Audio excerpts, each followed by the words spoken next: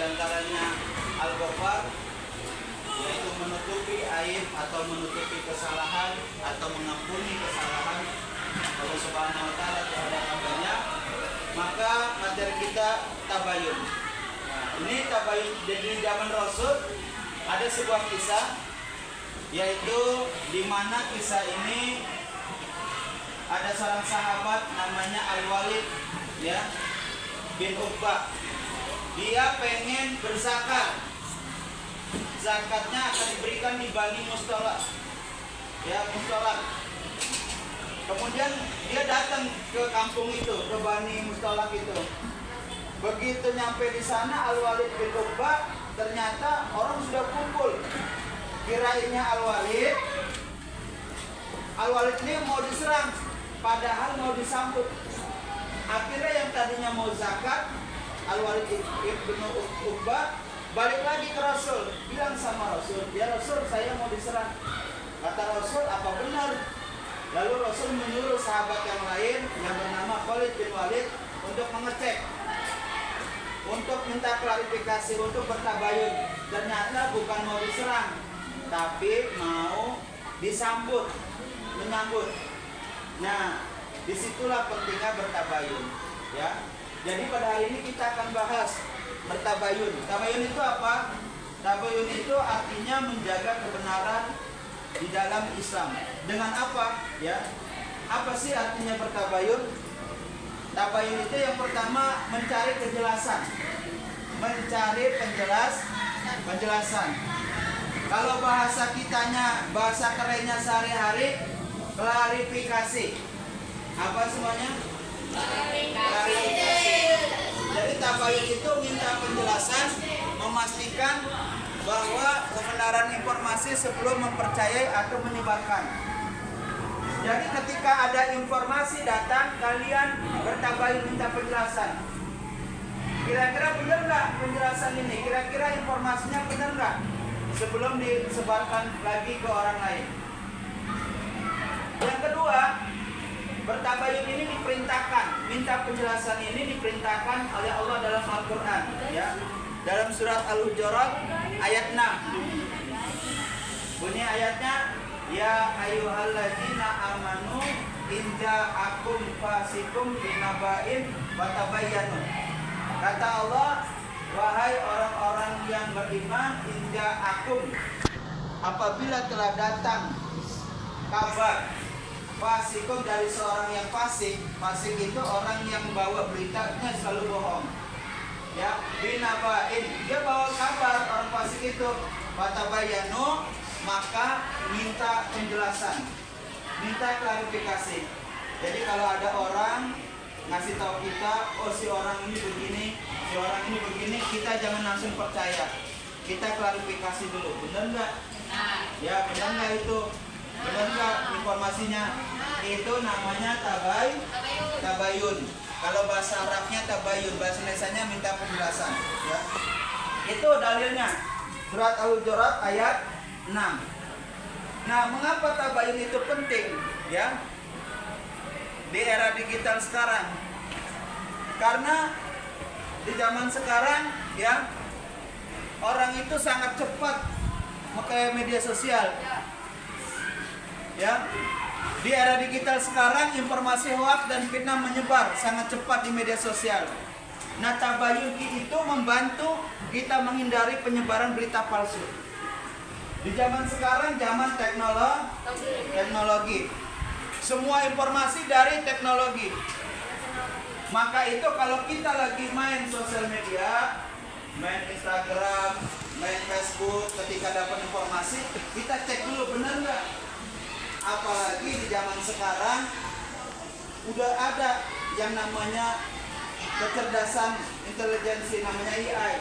Semua bisa diedit, video bisa diedit, ya, gambar bisa diedit pakai aplikasi Canva, video orangnya bisa ngomong, yang tadinya ngomong A diganti ngomong B, canggih. Kemudian setelah diedit, diupload ke YouTube, disebarkan. Kalau kita nggak pintar-pintar untuk mengecek kebenarannya atau bertabayun, maka kita akan salah nanti kita langsung share ke orang-orang. Nah itu yang kita nggak harapkan. Kita cek dulu kebenarannya di zaman era digitalisasi sekarang, ya. Nah manfaat tabayun apa? Pertama, mencegah fitnah, ya, supaya menghindari merusak nama baik dan hubungan sosial. Itu yang pertama. Yang kedua, keputusan bijak, membantu mengambil keputusan. Itu manfaat orang bertabayun. Yang ketiga, menjaga keharmonisan, supaya kita jangan sampai berantem dengan teman kita gara-gara informasi, maka kita harus bertabayun. Yang keempat, ridha Allah. Untuk mencapai ridha Allah dibutuhkan tingkah laku yang benar. Bertabayun merupakan salah satu sarana untuk mencapai ridha Allah. Itu adalah manfaat dari bertabayun. Bagaimana cara melakukan tabayun? Yang pertama, verifikasi sumbernya. Orang yang mendapatkan informasi itu kita panggil, kita verifikasi. Kemudian bandingkan informasi. Tadi yang pertama verifikasi, ya. Yang kedua klarifikasi langsung. Tanyakan kepada orang yang berkaitan, yang terkait dengan komunikasi langsung kepada orangnya. Misalnya si A mendapat informasi dari si B, lalu si B ngomong ke si C, panggil orangnya yang terkait. Nah itu klarifikasi langsung. Yang ketiga, bandingkan informasi. Pak, dapat informasi ada duit hilang, bener nggak? Ya, di mana hilangnya, kemudian kapan dia melangkahnya di mana saja, mainnya kemana saja, bandingkan informasi. Yang kedua, gunakan akhlak yang baik bertabayun agar tidak menyinggung, menyakiti perasaan orang lain. Kalau nanya, jangan ada menyinggung perasaan orang lain. Misalnya, kamu dapat informasi ada uang hilang, yang ngambil si B misalnya. Kamu bilang, mohon maaf saya mau nanya nih, uang saya hilang, kamu tahu nggak? Nah, jadi si B itu tidak merasa difitnah, ngomongnya pelan-pelan agar tidak menyinggung perasaan orang lain. Ya, nah itu bertabayun dalam kehidupan sehari-hari. Ya, kembalikan permasalahan kepada Allah. Ya, berdiskusi langsung kepada orang-orang yang terkait, kemudian memusatkan perhatian, mendengarkan keterangan dari orang-orang yang terkait di dalam informasi tersebut. Kemudian contoh, cek berita, klarifikasi kabar teman, mediasi konflik, ya. Kemudian mediasi konflik. Kalau ada kita bersangkutan dengan lain, kita panggil teman kita untuk yang menjadi penengah supaya tidak ada berantem. Misalnya Bapak bermasalah dengan kamu, Bapak panggil guru yang lain menjadi mediasi. Itu namanya mediasi konflik, ya. Nah, itu bertabayun. Nah, kesimpulannya apa?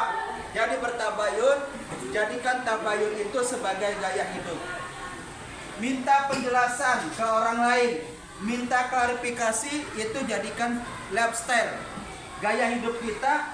Supaya apa? Supaya kita itu tidak hanya mengerjakan kewajiban agama, tetapi juga kunci daripada keharmonisan sosial dan kesejahteraan umat adalah etika universal. Mari kita biasakan bertabayun untuk menjaga diri, keluarga, dan seluruh umat dari fitnah, berita palsu, dan perpecahan.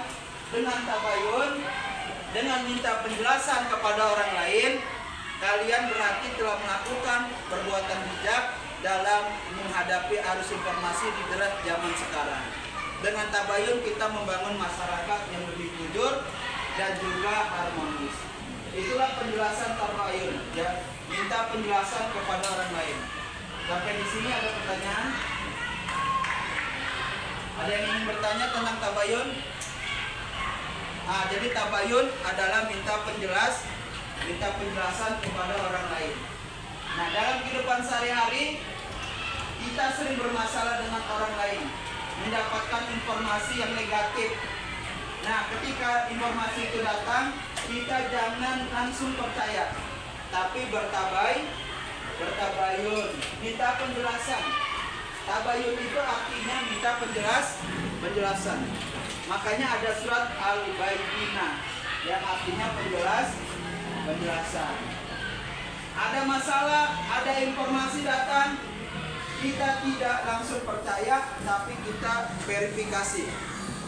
Caranya apa? Tadi yang sudah dijelaskan. Sekali lagi, panggil orang-orang yang terkait, minta klarifikasi, minta penjelasan tanpa ada perasaan, tanpa ada kata-kata yang menyinggung. Misalnya panggil orang-orangnya, uang saya hilang di kelas, yang ada di kelas ada 4 orang misalnya, si A, B, C, dan D.